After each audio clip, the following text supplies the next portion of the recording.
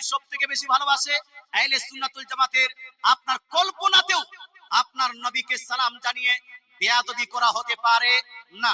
তাকে জিজ্ঞেস করা হলো বেয়াদবি কেন, তো বলছে সুন্নিরা পড়ে ইয়া নবী সালামুন আলাইকা, ইয়া রাসূল সালামুন আলাইকা, ইয়া হাবিব সালামুন আলাইকা। তাকে জিজ্ঞেস করা হলো এর মাধ্যমে বেয়াদবি কিসের, তো সে বলছে যে ইয়া নবী, এখন যে নবীর আগে যে ইয়া বলছে, ইয়াটার কারণে নবীর বেয়াদবি করা হয়। ইয়া বলা যাবে না নবীকে, আইয়ুহা বলতে হবে। ইয়া বললে বেয়াদবি করা হবে। মুসলমান আপনাকে বলতে চাই যারা ইউটিউব দেখছেন, যারা ফেসবুক দেখছেন, বাংলাদেশে অনেকগুলো বক্তা, কেউ মিজানুর রহমান আজহারীর ভক্ত হয়ে গেছে, কেউ আব্দুর রাজ্জাক বিন ইউসুফের ভক্ত হয়ে গেছে। বাংলাদেশে কয়েকটা, এই আপনার পশ্চিম বাংলার কয়েকটা বক্তা বার হয়েছে, তার কাটা বক্তা, এদের ওয়াজ শুনে কিছু ছেলেরা ভক্ত হয়ে গেছে। তাদের উদ্দেশ্যে বলি, মুসলমান বলেন তো, বক্তা যদি কোনো কথা বলে সেটা যদি কোরআন হাদিসের সঙ্গে ম্যাচ না করে, কোরআন হাদিসের মোতাবিক না হয়, সেই কথা কি কবুল করা যাবে? হ্যাঁ বলুন। কোরআন হাদিসের খেলাফ যদি যায় সেটা গ্রহণ করা যাবে না। সেটা আমজাদ হোসেন সিমনানি বলুক অথবা ডাবচোর বলুক, এটা অন্য কেউ বলুক না কেন, যদি কোরআন হাদিসের সঙ্গে ম্যাচ করে তাহলে মানতে কোনো সমস্যা নাই, কিন্তু কোরআন হাদিসের বিপক্ষে গেলে সেটাকে গ্রহণ করা যাবে না। হাদিস শরীফের মধ্যে আপনাকে বলছি, এই বক্তা বলছে যে ইয়া রাসূলুল্লাহ বলা যাবে না, ইয়া নবী বলা যাবে না। আমি আপনাকে গ্যারান্টি সহকারে বলছি, এখানে উলামায়ে কেরাম আছেন, হয়তো আমি প্রতিদিন আসতে পারবো না, বুখারী, মুসলিম, তিরমিজি, নাসাই, ইবনে মাজাহ, আবু দাউদ, মিশকাত শরীফ, এই সাতটা কিতাব যেটা আমাদের এলাকায় সবথেকে বেশি চলে, এই সাতটা কিতাবে যদি অ্যানালাইসিস করেন, কমসে কম 1000 জায়গায়, কত জায়গায়, কমসে কম 1000 জায়গায় সাহাবায়ে কেরাম যখন নবীজি সাল্লাল্লাহু আলাইহি ওয়াসাল্লামকে সম্বোধন করেছেন, যখন আহ্বান করেছেন, তো ইয়া বলেই সম্বোধন করেছেন। কেউ সম্বোধন করেছেন ইয়া রাসূলুল্লাহ বলে, কেউ সম্বোধন করেছেন ইয়া হাবিবাল্লাহ বলে, কেউ সম্বোধন করেছেন ইয়া নবী আল্লাহ বলে, কেউ সম্বোধন করেছেন ইয়া আপনার নবী আল্লাহ বলে। বলুন তো ভাই, যদি ইয়া ব্যবহার করাটা জায়েজ না হতো, এটার মাধ্যমে রাসূলের যদি অসম্মান হতো, সাহাবায়ে কেরাম ইয়া কি ব্যবহার করতেন না? 1000 জায়গায় প্রমাণ আছে। কিন্তু ভাই, যাদের মন ভালো না, তাকে রাসূলের মুহাব্বতও ভালো লাগবে না। মুসলমান একটা আর রেফারেন্স দিয়ে দিই, সহিহ মুসলিম শরীফ, যেটা সৌদি আরব থেকে আহলে হাদিসরা ছাপিয়েছে, সেই সহিহ মুসলিম শরীফ জিলদ নাম্বার 2 হাদিস নাম্বার 7707 এর মধ্যে, আপনার এদিকে কি হয় জানি না, আমার এদিকে 12ই রবিউল আউয়াল শরীফে আমরা মিলাদ করি, আমরা ফাতিহা করি, আমরা গরু ছাগল জবাই করে মানুষকে আহ্বান করি, এবং পারলে এলাকায় জুলুস বার করি, মিছিল বার করি। ওই মিছিলে নারায়ে তাকবীর, আল্লাহু আকবার, নারায়ে রিসালাত, ইয়া রাসূলুল্লাহ বলে আখ্যায়িত করা হয়, স্লোগান লাগানো হয়। দেশের কিছু মানুষ আছে, এরা বিজেপির মিছিলে যাবে, কোনো সমস্যা হবে না। এরা তৃণমূলের মিছিল করবে, বিদআতের ফতোয়া দিবে না। এরা কংগ্রেসের মিছিলে যাবে, বিদআতের ফতোয়া দেয় না। এরা আরএসপির মিছিলে যায়, কোনো বিদআতের ফতোয়া নাই। এরা অন্যান্য পার্টির মিছিলে যায়, কোনো বিদআতের ফতোয়া নাই। কিন্তু 12ই রবিউল আউয়াল শরীফে যখন রাসূলুল্লাহর মিছিল আসে, রাসূলুল্লাহ যখন জুলুস আসে, রাসূলুল্লাহর জন্য যখন স্লোগান দেওয়া হয়, তখন এরা বেদাত, শিরক, নাজায়েজ, হারামের ফতোয়া লাগায় কি লাগায় না? লাগায়। অথচ বিজেপির মিছিল হাদিসে নাই, কংগ্রেসের মিছিল হাদিসে নাই, তৃণমূলের মিছিল হাদিসে নাই, আপনার আরএসপির মিছিল হাদিসে নাই। হাদিসে যদি থাকে সেটা হলো 12ই রবিউল আউয়াল মিছিল। জোরে বলে সুবহানাল্লাহ। কিসের মিছিল ভাই? 12ই রবিউল আউয়ালের মিছিল হাদিসে আছে। যে হাদিসটি পড়লাম সহিহ মুসলিম শরীফ জিল নাম্বার 2 হাদিস নাম্বার 7707 এ 12ই রবিউল আউয়াল দিন, অর্থাৎ রবিউল আউয়াল মাসে 12 তারিখ সোমবারের দিনে রাসূলুল্লাহ সাল্লাল্লাহু আলাইহি ওয়াসাল্লাম মক্কা থেকে মদিনায় আগমন করবেন ভাব।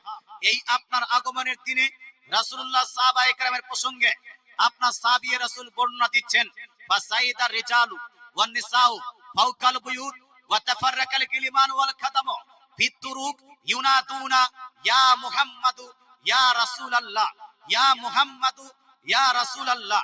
অর্থাৎ রাসূলের আগমন দিন 12ই রবিউল আউয়াল শরীফে আপনার যারা বয়স্ক আছে, মহিলারা আছে, বাড়ির ছাদে চেপে গেলেন। আর যারা যুবক আছেন, ইয়াংস্টার আছে, গোলামেরা আছে, এরা মদিনার অলিতে গলিতে জুলুস বার করলেন, মিছিল বার করলেন। ইউনাতুনা, আর ওই মিছিলে তারা স্লোগান দিচ্ছিলেন, নারা দিচ্ছিলেন। কি নারা? ইয়া মুহাম্মাদু ইয়া রাসূলুল্লাহ। জোরে বলে সুবহানাল্লাহ, সুবহানাল্লাহ। ইয়া মুহাম্মাদু ইয়া।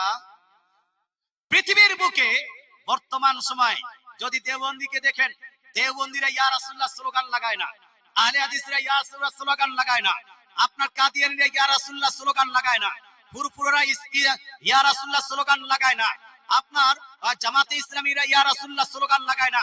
পৃথিবীর মধ্যে সাহাবায়ে কেরামের ওই ইয়া রাসূলুল্লাহ স্লোগান যদি থাকে, একমাত্র সুন্নিদের মাঝেই আছে। জোরে বলে সুবহানাল্লাহ, সুবহানাল্লাহ। কার আছে জি? অন্য কেউ ইয়া রাসূলুল্লাহ স্লোগান লাগায়? খালি লিল্লাহি তাকবীর, আল্লাহু আকবার, নারায়ে তাকবীর, আল্লাহু আকবার, আর নারায়ে রিসালাত নাই। অথচ সাহাবায়ে কেরাম ইয়া রাসূলুল্লাহ স্লোগান লাগিয়েছে কি জানলেন? সুতরাং যেই ব্যক্তিরা বলবে ইয়া বললে অসম্মান হবে, এদের কোটা টোটাল শরীয়তের খেলাফ। এই বক্তার কথা মান্য করা যাবে? বল না, যাবে না। মুসলমান, আমি আপনাকে বলতে চাই, যখন বক্তার কথা আসলো, বাংলাদেশের এক বক্তা, নাম হলো ডক্টর মিজানুর রহমান আজহারী। মুসলমান, এই ডক্টর সাহেব বলছে যে নবীজি সাল্লাল্লাহু আলাইহি সাল্লাম লিখতে জানতেন না, পড়তে জানতেন না, আলিফ বা তাসা জানতেন না, তারপর 1 2 3 4 বা ওয়াহিদ ইসরা এগুলা জানতেন না। এটা হলো তার বক্তব্য। আমি অ্যানালাইসিস করব তার বক্তব্যকে কোরআন এবং হাদিসের সঙ্গে। কোরআন ও হাদিসের সঙ্গে যদি ম্যাচ করে যায়, মানতে কোনো সমস্যা নাই। আর যদি কোরআন হাদিসের বিপক্ষে চলে যায়, মানা যাবে? হানা বলেন ভাই, মানা যাবে না। এবার হাদিস, কোরআন শরীফ শুনুন। কোরআন শরীফের মধ্যে আল্লাহ তাআলা কোরআন শরীফ সূরা রহমান আয়াত নম্বর 1 and 2 এর মধ্যে ইরশাদ করেন, আর রহমান আল্লামাল কোরআন। আল্লাহ তাআলা বলছেন, রহমান আল্লাহ নিজ হাবিবকে কোরআনের শিক্ষা দিয়েছেন। জোরে বলে সুবহানাল্লাহ, সুবহানাল্লাহ। শিক্ষা দিয়েছেন ভাই, কোরআনের শিক্ষা দিয়েছেন।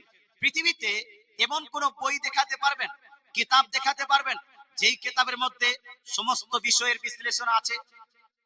আছে। পৃথিবীতে যা স্কুল, কলেজ, ইউনিভার্সিটিতে পড়া হয়, এইগুলো কিতাব। মাধ্যমিকের কিতাবে, উচ্চ মাধ্যমিকের পড়া নাই। বিএ আপনার গ্রাজুয়েশনের কিতাবে, এমএ মাস্টার ডিগ্রির পড়া নাই, মাস্টার ডিগ্রির কিতাবে পিএইচডি করার পড়া নাই। কিছু না কিছু কমি থাকছে। পৃথিবীতে একটা এমন কিতাব দেখাতে পারবেন না যেই কিতাবের মধ্যে সমস্ত নলেজ, সমস্ত জ্ঞান, সমস্ত আপনার ওই কি বলছে ইলম ওই কিতাবের মধ্যে আছে। কিন্তু আল্লাহ তাআলা যেই কিতাব রাসূলুল্লাহর উপর নাযিল করেছেন, যেই কিতাব মুসলমানদের গাইড বুক হিসেবে নাযিল করেছেন, যেই কিতাবকে হুদান লিন-নাস বলা হয়েছে, মানুষের হেদায়েতের জন্য নাযিল করেছেন, সেই কিতাবের প্রসঙ্গে আল্লাহ তাআলা নিজে ইরশাদ করেন, নাযালনা আলাইকাল কিতাব তিবয়ানান লিকুল্লি শাই, I revealed upon you that book in which is the explanations of entire creation. আল্লাহ বলেন, হে নবী, নিশ্চয়ই আমি আপনার প্রতি এমন এক কিতাবকে নাযিল করেছি, যেই কিতাবের মধ্যে সমস্ত জিনিসের বিশ্লেষণ আছে। জোরে বলে সুবহানাল্লাহ, সুবহানাল্লাহ, সুবহানাল্লাহ। তাহলে সবথেকে কমপ্লিট বুক, সবথেকে বড় বুক, সবথেকে জ্ঞান প্রদানকারী কিতাব কোনটা হলো ভাই? কোরআন শরীফ। নাকি ভাই? কোরআনের নাই এমন কোন জিনিস আছে ভাই? আমরা বের করতে পারছি না। We are not able to pick up from this holy book. আমরা কোরআন শরীফ থেকে বের করতে পারবো না, আর আমাদের ততটা নলেজ নেই, আমাদের জ্ঞান অতটা নেই। কিন্তু আল্লাহ তাআলা বলেন, আমি কোরআন শরীফের মধ্যে সমস্ত বিষয়ের জ্ঞান রেখে দিয়েছি। আচ্ছা বলেন তো ভাই, কোন ব্যক্তি যদি আলিফ বা তা সা এগুলা না পড়ে, সে কোরআন শরীফ পড়তে পারবে? পারবে? পারবে? পারবে না। যে কোরআন পড়তে পারবে না, ও কোরআন বুঝতে পারবে? পারবে? যে কোরআন বুঝতে পারবে না, ও অন্যকে বুঝাতে পারবে? অন্যকে বুঝাতে পারবে না। এবার প্রশ্ন হলো, আমার নবী, আপনার নবী, দয়ার নবী, মায়ের নবী কোরআন পড়তে জানতেন কি জানতেন না? হানা বলুন ভাই। এই মুসলমান, আপনি একজন মুলবি সাহেবের কাছে পড়ে কোরআন পড়তে শিখে গেলেন, আপনি একজন মাস্টার সাহেবের কাছে পড়ে কোরআন পড়তে শিখে গেলেন, আপনি একজন মুফতি সাহেবের কাছে পড়ে কোরআন পড়তে শিখে গেছেন, আপনি একজন ডাক্তার সাহেবের কাছে পড়ে কোরআন গ্রহণ করেছেন, আপনি পড়েছেন কোন মাখলুকের কাছে? আপনি কোরআন পড়তে জানেন, আর আল্লাহ তাআলা বলেন আমার নবী কোন মাখলুকের কাছে নয়, স্বয়ং আমার কাছে কোরআন পড়েছেন। জোরে বলে সুবহানাল্লাহ। সুবহানাল্লাহ, নারে তাকবীর।